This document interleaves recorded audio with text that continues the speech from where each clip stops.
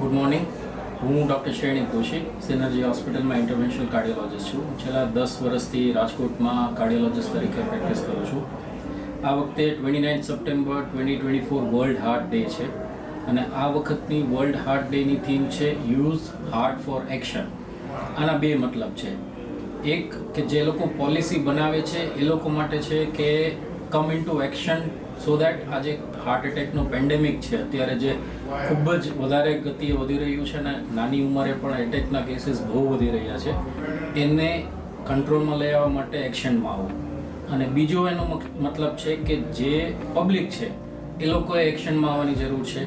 આપણી કહેવત છે prevention is better than cure, એટલે કે તકલીફ થાય એ પહેલાં જ આપણે એનું નિવારણ કરીએ.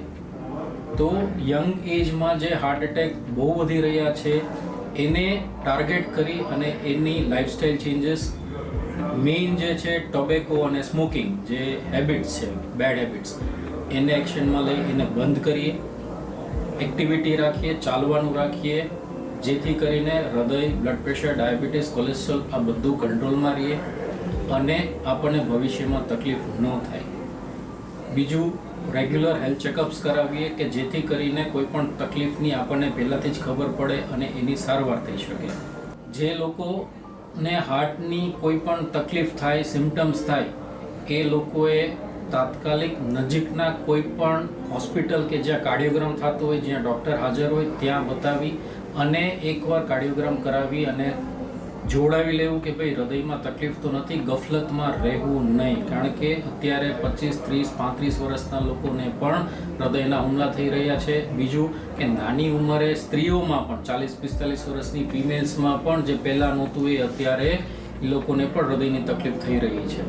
એટલે કોઈ પણ વસ્તુને ગેસ માનીને કાંઈ નથી એના કરતાં બેટર કે ECG કરાવી અને સેફ થઈ જાય કે ભાઈ નથી તો વેલ એન્ડ ગુડ છે તો એની સારવાર થાય.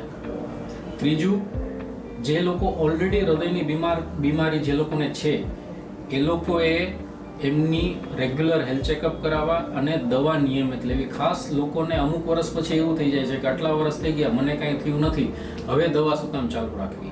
એવું નથી. હૃદયની દવા, એટેકની દવા, કોલેસ્ટ્રોલની દવા એટલે ચાલુ રાખવાની છે કે ફરીથી આ તકલીફ ન થાય. એટલે prevention is better than cure first. Second, તકલીફ થાય ત્યારે હોસ્પિટલે જઈ અને બતાવવું. અને થર્ડ, જે લોકોને ઓલરેડી તકલીફ છે એને રેગ્યુલર ચેકઅપ કરાવીને દવા નિયમિત આજીવન ચાલુ રાખવી.